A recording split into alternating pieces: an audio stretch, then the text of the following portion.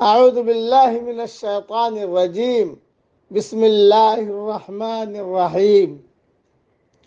سورہ مجادلہ کی ابتدائی آیت پڑھ رہا ہوں۔ قد سمع اللہ قول التي تجادلك في زوجها وتشتكي الى اللہ۔ یقیناً اللہ تعالیٰ نے اس عورت کی بات سنی جو تجھ سے اپنے شوہر کے بارے میں تکرار کر رہی تھی اور اللہ کے آگے شکایت کر رہی تھی۔ واللہ یسمع تحاورکما، اللہ تعالیٰ تم دونوں کے سوال و جواب سن رہا تھا۔ ان اللہ سمیع بصیر، بے شک اللہ تعالیٰ سننے اور دیکھنے والا ہے۔ مختصر اس کی تشریح سن لیجئے۔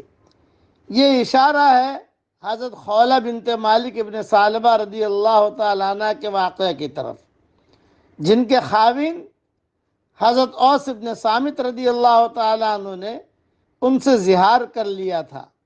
زہار کا مطلب ہے کہ بیوی کو یہ کہہ دینا انت علیہ کا ظہر امی، یعنی تو مجھ پر میری ماں کی پیٹھ کی طرح ہے۔ زمانے جاہلیت میں زہار کو طلاق سمجھا جاتا تھا۔ حضرت خولہ سخت پریشان ہوئی۔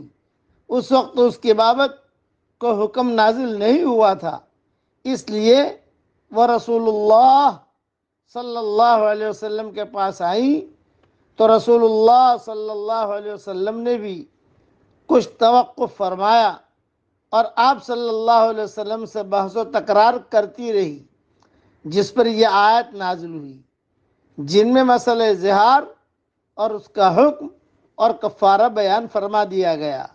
ابو داؤد میں یہ مضمون موجود ہے۔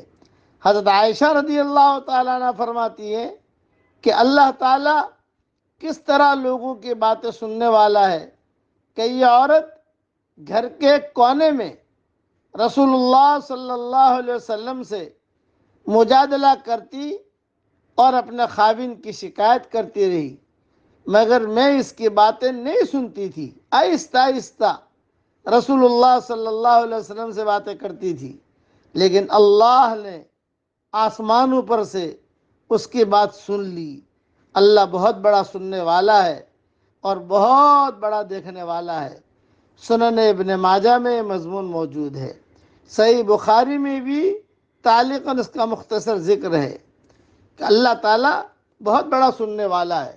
حضرت خولہ کے بارے میں کئی مرتبہ تفصیل سے میں بیان کر چکا ہوں کہ رسول اللہ صلی اللہ علیہ وسلم کا نکاح حضرت سودا کے ساتھ، حضرت عائشہ کے ساتھ کروانے والی یہی ہے، حضرت خولہ۔ بڑے قصے ہیں ان کے۔ یہ جگ ممانی تھی، جگ ممانی۔ مکہ والے سب ان کو ممانی ممانی ممانی ممانی کہتے تھے۔ یہ قصے میں کئی مرتبہ بیان کر چکا ہوں۔ اب پڑھ لیجئے میرے ساتھ۔ تبارک اسم ربک ذی الجلال والاکرام، یہ گنگناتے رہنا چاہیے۔ یہ جملہ اللہ تعالیٰ کو بہت پسند ہے۔ سورہ رحمان کے آخر میں یہ اللہ تعالیٰ نے اتنا جملہ کہا ہے۔ ایک مرتبہ اور پڑھ لیجئے۔ تبارک اسم ربک ذی الجلال والاکرام۔ اللہ تعالیٰ ہم سب کو وہ کام کرنے کی توفیق دے جس سے اللہ راضی ہو جائے، اور جس سے اللہ ناراض ہوتا ہو اس سے ہم سب کو بچنے کی توفیق عطا فرمائے۔ آمین۔ وآخر دعوانا ان الحمد للہ رب العالمین۔